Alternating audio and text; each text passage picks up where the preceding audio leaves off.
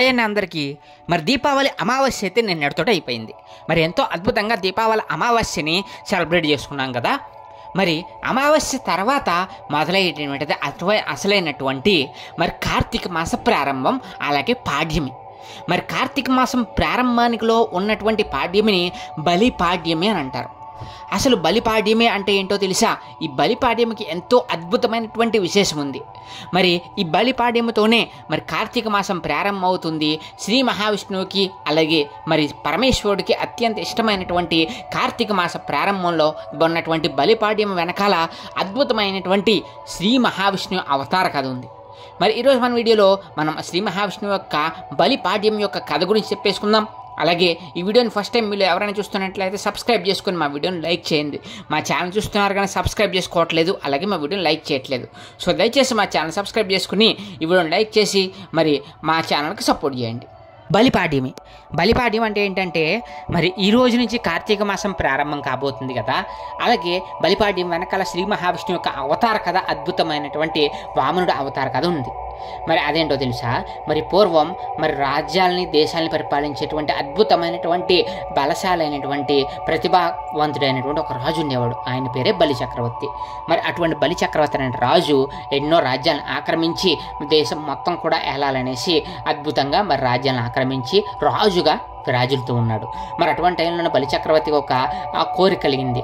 ఏంటంటే ఇంద్రలోకాన్ని జయించి ఇంద్రుడి యొక్క కుర్చీ ఏదైతే ఉందో ఇంద్రుడి యొక్క కుర్చీలో కూర్చుని మరి ఇంద్రలోకంలో శాశ్వతంగా ఉండాలి అని చెప్పేసి ఆ యొక్క కుర్చీలో నేను కూడా కూర్చోవాలని చెప్పేసి కోరిక కలగడంతో గురువు అన్నాడు శుక్రాచార్యాన్ని తీసుకెళ్ళి ఇంద్రలోకం మీద దాడి చేశాడు.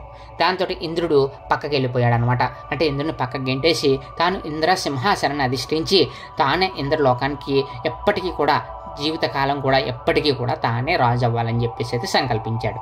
అలా సంకల్పించి తనకి గనక ఆ యొక్క సింహాసనం గనక పూర్తిగా అంటే తాను ఎప్పటికీ కూడా సింహాసనం తనకు కావాలంటే ఏం చేయాలని చెప్పేసి శుక్రాచార్యుల వారిని అడిగితే శుక్రాచార్యుల వారు ఏం చెప్పారంటే అశ్వమేధ యాగాలు చేయాలి. అంటే 100 యాగాలు చేయాలి.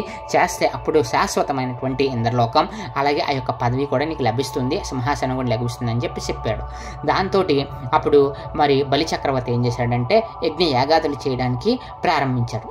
మరి అప్పటి నుంచి కూడా బలిచక్రవర్తి ఒక్కొక్క యాగం చేసుకుంటూ ఇంద్రలోకంలో ఎలాగైనా సరే స్థానం కల్పించాలి, శాశ్వతమైనటువంటి ఇంద్ర సింహాసనాన్ని అధిష్ఠించాలనే కోరికతోటి యజ్ఞ యాగాదులు అయితే చేస్తూ ఉన్నాడు.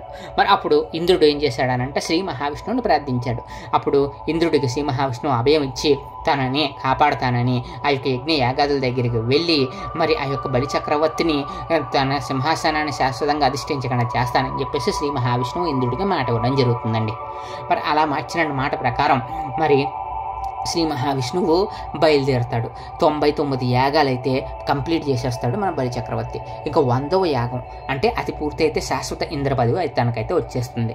మరి అది పూర్తి అవ్వనివ్వకుండా ఉండాలి అంటే శ్రీ మహావిష్ణువు అవతారం రావాలి కదా. వెంటనే అప్పుడు చిన్న పిల్లవాడి రూపంలోకి అయితే శ్రీ మహావిష్ణువు మారిపోయి ఒక వామనుడు లాగా వామన అవతారంలోకి అయితే వచ్చేస్తాడు. ఒక గొడుగు పట్టుకుని వామనుడి అవతారం చేతిలో కమండలం ధరించి వామన అవతారంలో చిన్న పిల్లవాడి రూపంలో అక్కడ యజ్ఞశాల జరుగుతున్నటువంటి ప్రదేశానికి అయితే వస్తాడు. వచ్చి రాజా మరి నాకు ఒక కోరిక ఉంది, చిన్న పిల్లవాడిని నేను నా కోరిక తీర్చండి అని చెప్పేసి అయితే అడగడం జరుగుతుందనమాట. అప్పుడు వెంటనే రాజు యజ్ఞ ఏకాదశాలకి ఆహ్వానించి మరి బలిచక్రవర్తి ఏమంటాడంటే నువ్వు చిన్న పిల్లవాడు కదా, నీకేం కావాలో చెప్పు, గుర్రాలు కావాలా, ఏనుగులు కావాలా, అలాగే ఇవన్నీ కావాలి, ఏది కావాలన్నా సరే నేనైతే ఇస్తాను, భూమండలం మీద ఆకాశం మీద ఏది కావాలన్నా సరే నీకైతే తెచ్చేస్తాను, కోరుకోమంటాడు. అప్పుడు వామనుడు ఏం చెప్తాడో తెలుసా?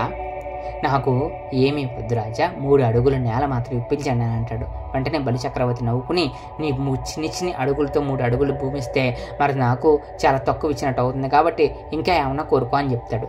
ఇంతలోనే శుక్రాచార్యులు వారు వచ్చి మరి వచ్చిన శ్రీ మహావిష్ణువుని గ్రహించినటువంటి శుక్రాచార్యులు వారు వామనుడికి మరి ఇలా చెప్తారనమాట బలిచక్రవర్తికి, శ్రీ మహావిష్ణువే మారువేషం వేసుకు వచ్చాడు కాబట్టి నువ్వు ఎలాంటి ప్రతిజ్ఞలు అవేమీ చేయకు, మాట ఇవ్వద్దని చెప్తారు. కానీ నిజంగా శ్రీ మహావిష్ణువే వస్తే నేను అయితే కంపల్సరీగా నా కోరికనైతే నెరవేరుస్తాను, నా ఆజ్ఞ అయితే నెరవేరుస్తానని చెప్పేసి ఆ వామనుడు ఎవరైతే ఉంటారో ఆ వామనుడు చిన్న పిల్లవాడికి మాట ఇచ్చేస్తాడనమాట. సరే నీకు నేను 3 అడుగుల భూమిని దానం ఇస్తున్నాను అని చెప్పేసి అయితే చెప్తాడు. అంతేనండి. వెంటనే శ్రీ మహావిష్ణువు యొక్క అవతారాన్ని పెంచి వామనుడు సైతం మొత్తం ఒక్క అడుగుతోటి అటు భూమండలాన్ని, రెండో అడుగుతోటి ఇటు ఆకాశాన్ని మొత్తాన్ని కూడా ఆక్రమించేస్తాడు. అంటే ఒక అడుగుతో అటు భూమండలం, ఇటు ఆకాశం 2 అయిపోయినాయి. సో ఇంకా 3వ అడుగు ఉంటుంది. అంటే రాజా, నువ్వు ఇచ్చిన 3 అడుగుల్లో 2 అడుగులతో ఒకటి ఆకాశం వెళ్ళిపోయింది, ఇంకొకటి భూమి ఆక్రమించేశాను. సో ఇంకా 3వ అడుగు ఎక్కడ వేయమంటావు అని చెప్పేసి బలిచక్రవర్తిని అడుగుతాడు. అప్పుడు బలిచక్రవర్తి వచ్చింది శ్రీ మహావిష్ణువు అని గమనించి, మా దేవదేవ, నీ యొక్క పాదాలని నా యొక్క తల మీద మోపండి స్వామి, 3వ అడుగుని మీకు ఇచ్చిన మాట నేను నిలబెట్టుకోవాలి కదా ఎలాగైనా సరే, కాబట్టి నీ యొక్క పవిత్రమైన నా పాదాలని నా తల మీద మోపమని చెప్తాడు.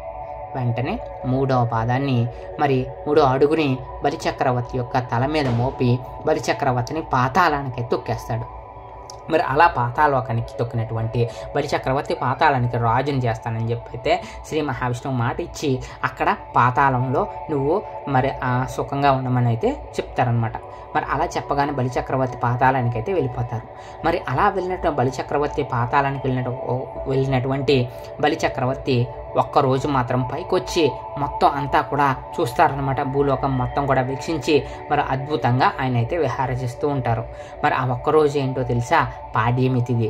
అదే కార్తీక మాసంలో వచ్చే మొదటి రోజున బలిపాడ్యం అని చెప్పుకున్నాం కదా, అదే బలిపాడ్యం రోజున మాత్రమే ఆ యొక్క బలిచక్రవర్తి పాతాళం నుంచి భూమి మీదకి వచ్చేటువంటి రోజుగా కూడా చెప్తూ ఉన్నారు పురాణాలు, శాస్త్రాల ప్రకారం.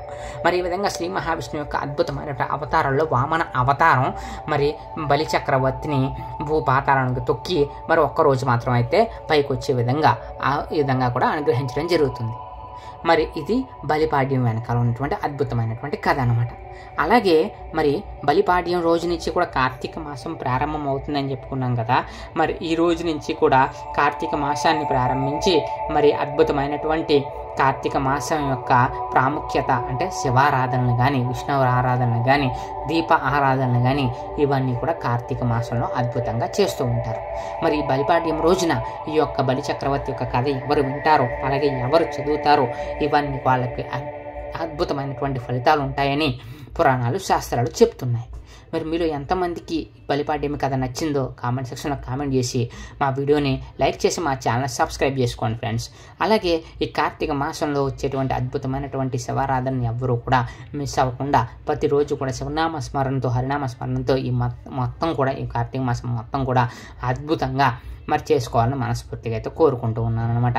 అలాగే ఈ బలిపాడ్యంలో వామన అవతారంలో ఉన్నటువంటి శ్రీ మహావిష్ణువు మరి ఎన్నో అద్భుతంగా మరి యొక్క అవతార పరిసమాప్తి అయితే జరుగుతూ ఉంటుందన్నమాట. అంటే చిన్న పిల్లవాడు రాజుకు గర్వాన్ని అణచడానికి, అంటే నాకు ఏదైనా సరే మరి కావాలి అని అనుకున్నప్పుడు మరి అది ధర్మబద్ధంగా ఉండాలి కోరిక, అధర్మంగా ఉంటే ఏమవుతుందని తెలియజెప్పడానికి ఈ యొక్క వామన అవతార కథ అయితే మనకి విశేషంగా ఉపయోగపడుతూ ఉందన్నమాట. మరి ఇది ఫ్రెండ్స్ ఈరోజు మన వీడియో. మీకు మరిన్ని ఇలాంటి ఇంట్రెస్టింగ్ వీడియోస్ కావాలి అనుకుంటే కనుక వెంటనే మా ఛానల్ సబ్స్క్రైబ్ చేసుకొని మా వీడియోని లైక్ చేసి మరి మా ఛానల్కి సపోర్ట్ చేయండి friends. Thank you friends, thank you so much.